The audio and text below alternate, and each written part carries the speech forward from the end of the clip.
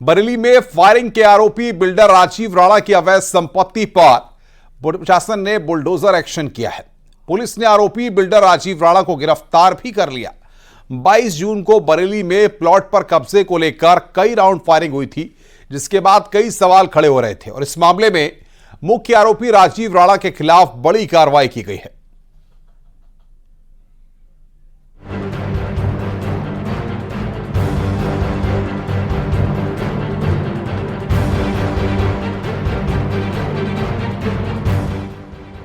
बरेली बवाल में आरोपी बिल्डर राजीव राणा का होटल सील करने के बाद अब बुलडोजर की कार्रवाई जारी है।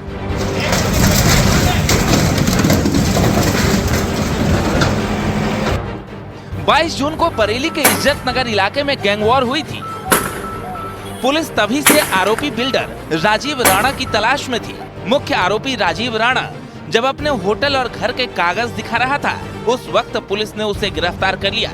आरोपी बिल्डर राजीव राणा ने अपनी सफाई में कहा कि उसके पास प्रॉपर्टी के पूरे पेपर मौजूद हैं, लेकिन प्रशासन कागज देखने की जगह बुलडोजर एक्शन में जुटा है। मकान बीडीए अप्रूव्ड है, हमारा होटल भी बीडीए अप्रूव्ड है, उसके बाद भी मकान तोड़ा जा रहा है। कोई सुनने को तैयार नहीं है, कोई पेपर मांगने को तैयार नहीं है, सिर्फ एक तरफा कार्रवाई। हम गलत हैं, गलत है, गलत है। अब आपको बताते हैं आखिर ये पूरा मामला है क्या। 22 जून को इज्जत नगर में फायरिंग हुई थी। दिन दहाड़े कई राउंड फायरिंग की गई। प्लॉट पर कब्जे के लिए गोलियां चली। फायरिंग के आरोपी इसी होटल में रुके थे। सिटी स्टार होटल में साजिश रची गई। अब तक 18 आरोपी गिरफ्तार हो चुके हैं। फायरिंग केस में बुलडोजर एक्शन जारी है। बिल्डर राजीव राणा पर बड़ा एक्शन हुआ है। बिल्डर के होटल पर बुलडोजर चलाया गया है। प्रशासन ने पहले आरोपी बिल्डर राजीव राणा के होटल को सील किया था। अब बुलडोजर की कार्रवाई की जा रही है। कई जेसीबी से आरोपी बिल्डर राजीव राणा का अवैध होटल ढहाया जा रहा है।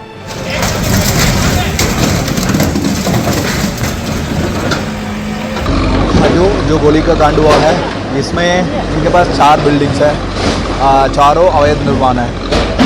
उसमें 2 में ऑलरेडी हम लोग नोटिस हो चुका है। एंटायर सुनवाई का प्रक्रिया भी पूरा हो गया, ध्वस्तीकरण आदेश भी हो गया है। ये दोनों बिल्डिंग अभी आपके सामने है।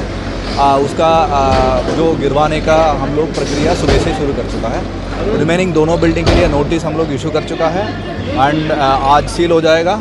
एंड जैसे उनका सारा प्रक्रिया सुनवाई का उनका सारा मौका देते हुए उसके खिलाफ ही कार्रवाई की जाएगी। वहीं आरोपी बिल्डर राजीव राणा की दलील है कि वो खुद 22 जून को हुई फायरिंग में शामिल नहीं था। उनके छोटे भाई पर फायरिंग हुई थी और उसके भाई के साथियों ने अपने बचाव में फायरिंग की थी। जिस घटना से हमें दोषी ठहराया जा रहा है, उस घटना का सीसीटीवी कैमरे निकाल लिए जाए, सीसीटीवी फुटेज निकाल लिया जाए। वहाँ बैंक पे कैमरे लगे हुए हैं। जिस दिन ये घटना घटी थी, उस दिन 5-6 दोस्तों को लेकर हमारा छोटा भाई अपने प्लॉट को खाली कराने गया था। वहाँ दूसरा पक्ष आया जिसका नाम आदित्य उपाध्याय और चन्नू पंडित है। उसने आकर एकदम से अंधाधुंध फायरिंग शुरू कर दी। हमारे भाई के एक दोस्त ने जिसका नाम रोहित ठाकुर है, उसने सिर्फ अपने बचाव में 1-2 फायर किया। बाकी सारी फायरिंग जितने भी फायर 50 फायर 100 राउंड जो हुए हैं, वो सारे उसी की तरफ से हुए हैं, आदित्य उपाध्याय चंदू पंडित की तरफ से। दरअसल इज्जत नगर थाना इलाके में 22 जून को फिल्मी स्टाइल में गैंगवॉर हुआ था। सीसीटीवी के आधार पर पुलिस ने देखा कि इसी होटल में प्लॉट को कब्जाने की पूरी साजिश रची गई। यहीं से सुबह तड़के प्लॉट पर पहुंचकर जेसीबी से रखे पत्थरों को ढहा दिया गया था। बिल्डिंग तोड़ दी गई थी और बीडीए की बाउंड्री वॉल को भी तोड़ दिया गया था। इस दौरान दोनों ओर से करीब 100 राउंड से ज्यादा फायरिंग की गई थी। इस मामले में पुलिस ने 18 से ज्यादा आरोपियों को दोनों ओर से गिरफ्तार कर जेल भेज दिया है। वहीं इन अपराधियों के खिलाफ गैंगस्टर एक्ट के तहत भी कार्रवाई की जा रही है और आरोपियों की अवैध तौर पर जमा की गई संपत्तियों को ढहाया जा रहा है।